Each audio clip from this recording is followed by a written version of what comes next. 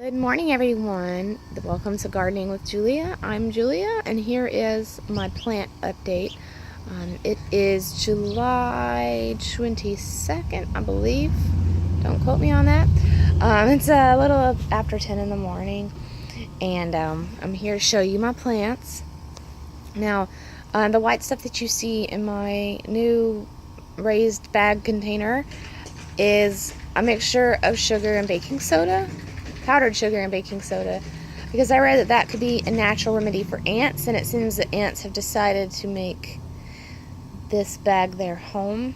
So I was gonna try something that was inexpensive and wouldn't harm my plants to try and get rid of the ants at first. I've still seen some crawling around, but I don't know if they've taken it yet or not, or if it will be effective, but we shall see. Over here I have some cantaloupe seedlings and some watermelon seedlings, and I also have some marigolds that I planted along this side to try and keep some pests away. Now right here, these are baby marigolds, and I caught what was eating my marigold plants. It was a caterpillar, so I'll keep my eyes out for those. Maybe I can keep these flowers alive long enough to get big.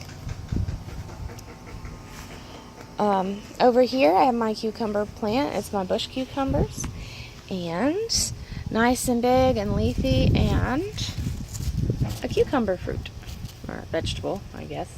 But this side has gotten dark green, and this one's still light. It's still growing. He's got something on him. I don't know what that is. I'm gonna get it off. It's just a moment. Okay, bug gone. So that's pretty cool. Now I had posted a picture of this on Instagram a few days ago and said, what is happening? And I think that this was just a female flower that didn't get pollinated, and so it's wilted away. But you can see I've got lots of female flowers there. Hopefully some of them get pollinated and get some more cucumbers going, but I feel rather satisfied at how that's coming along so far. This is my lemon cucumber plant, and you can see it's very quickly trellised its way all the way up this cage, and I need to provide it something else to climb. But I really think it's really pretty, and during the hotter hours of the day, it actually lets its leaves drop, I believe to conserve water. And you can see I've got lots of little blooms on the underside of it here. And my zucchini seems to be doing pretty well. It's still putting on leaves, and I've had a few blossoms, you can see, but nothing's been pollinated yet, so we'll see how that goes. This is my first Super Sweet 100 plant, the one that has 2 tomatoes on it, and you can actually see one of them has begun to ripen. And there's lots more flowers, so hopefully I get a few more tomatoes from it. Now all of the leaves, branches on the bottom half of it started turning yellow and drying up, kind of like that one did. And I'd touch them and they would just fall off, but this one, I don't know, he's hanging on, so I'm just leaving him. And this plant too, you can see how well the basil is doing, which smells incredible. And the marigolds. This is the second Roma tomato plant that I planted. It's about as tall as the first one. It seems to be doing well. And this is the other Roma tomato plant. And you can see it's got several blossoms on it, and it seems to be alright. Got a lovely set of basil, and one marigold made it through. And then this is my other Super Sweet 100 and plants, and you can see they have some blossoms as well.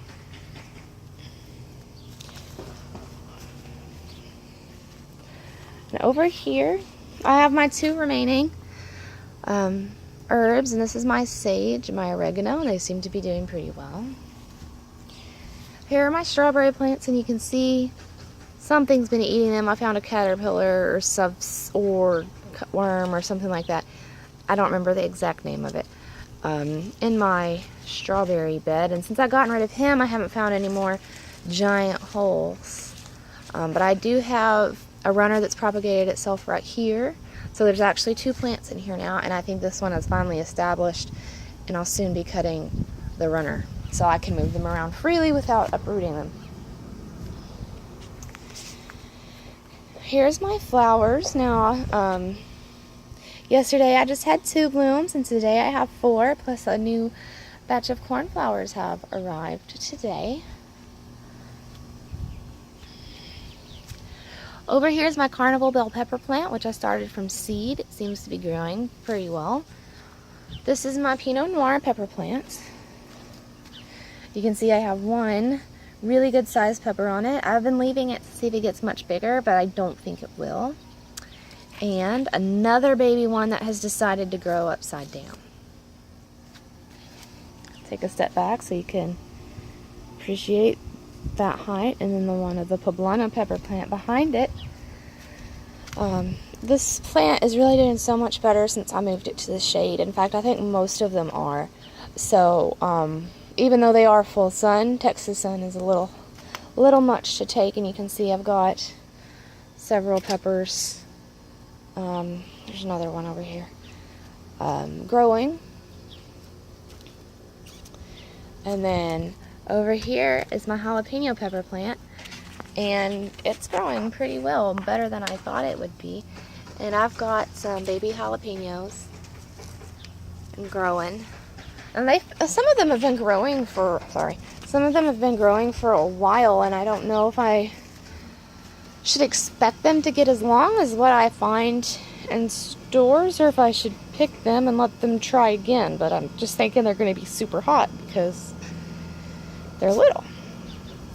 Now, something really cool that I've learned lately is, there's not really any here, yes there is how to take the dead head of my flowers that have grown from seed, and to open it up and find the seeds inside and to plant them. And I've been doing that with these and with the cornflowers. And honestly, I've just kind of been sprinkling them into this bucket and keeping it wet to see what would happen. And I do have something sprouting, and so that is like super, super cool.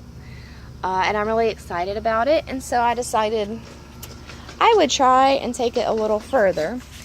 And I have planted cornflower seeds in each of these, the yellow flowers in here, and I had found some petunias growing in my side yard, and so I'm trying to see if I can get some to grow here. So that's my newest experiment, which is really exciting. But those are not the only 2 flowers that I figured it out about.